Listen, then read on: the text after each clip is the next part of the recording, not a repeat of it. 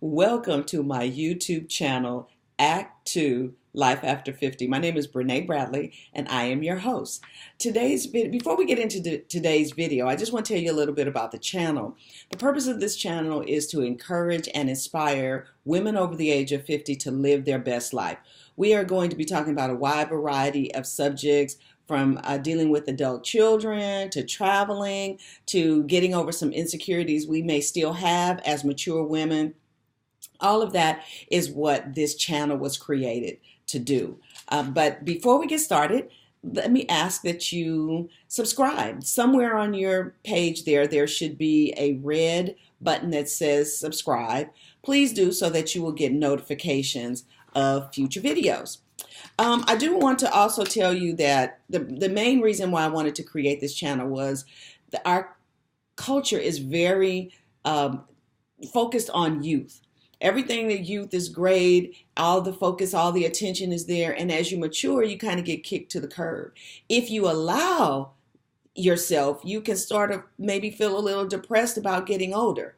That is the opposite. You should be feeling freedom as you get older. And so the channel is to really encourage you to do that.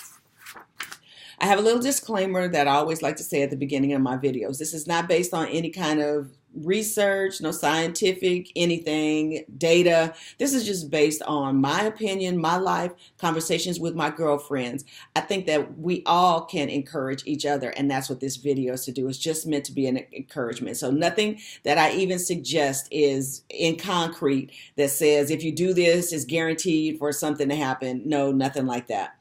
The other thing I want to say is everything that we encourage you to do, you have to take it in the context of what else is going on in your life.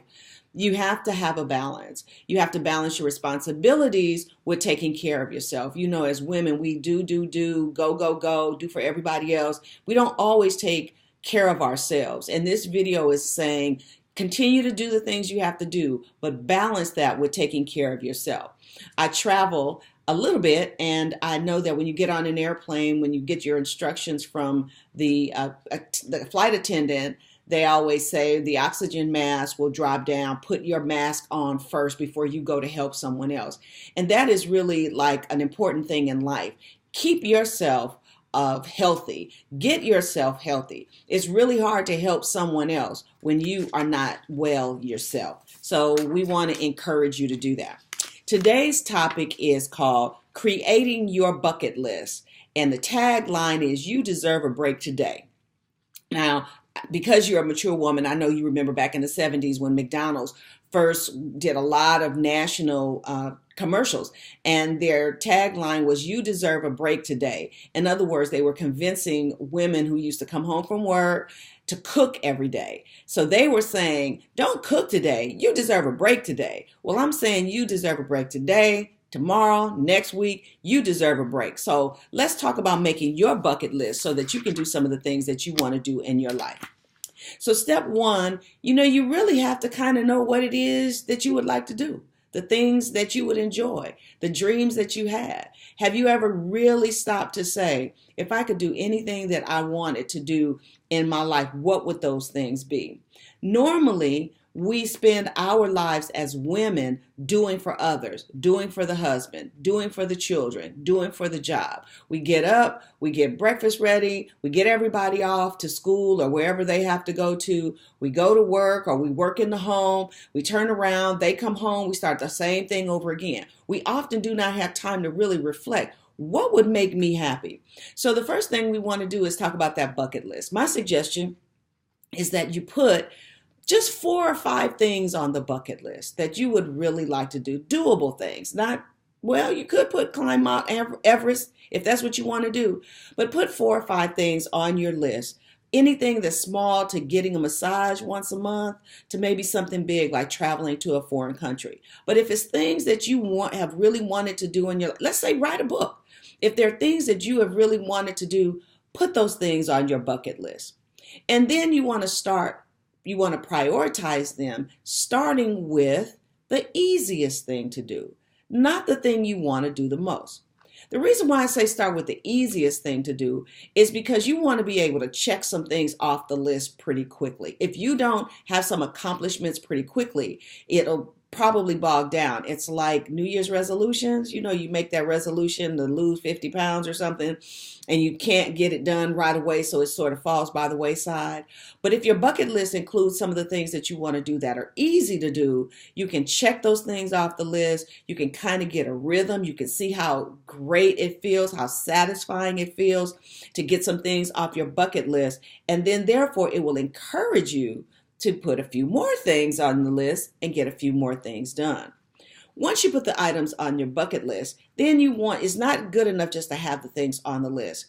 You really have to have a little tiny plan for each one of the things. How are you going to get it done? Let's say, for example, if you want to travel and you've always wanted to go to Rome. Now, it's not hard to do that, actually. I took a trip to Rome and it cost me about $1,000. So maybe a little bit more than that.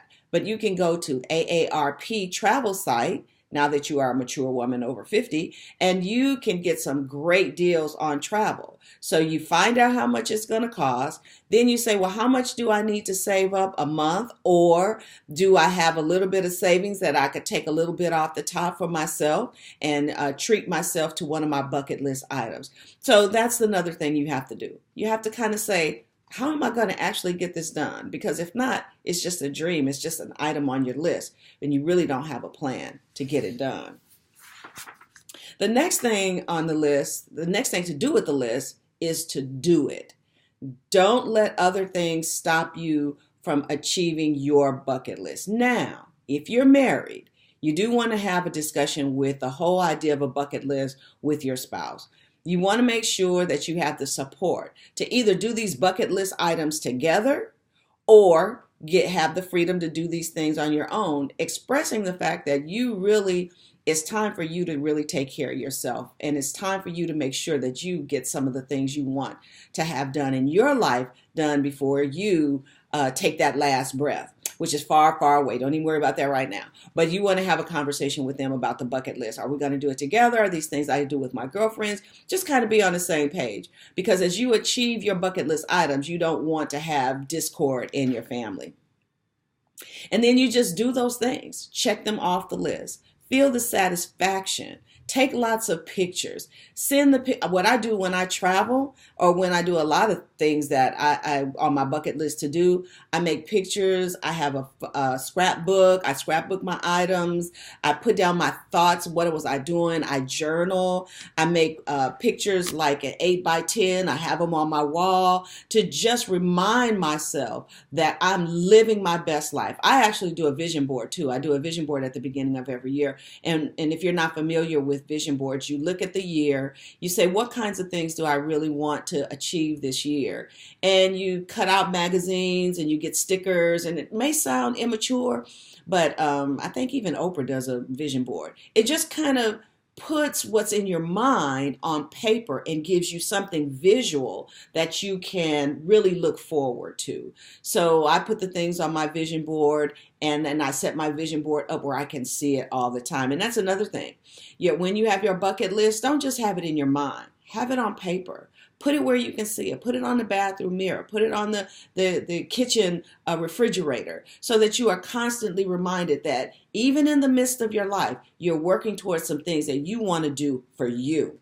As quickly as you can, check off items and add new items.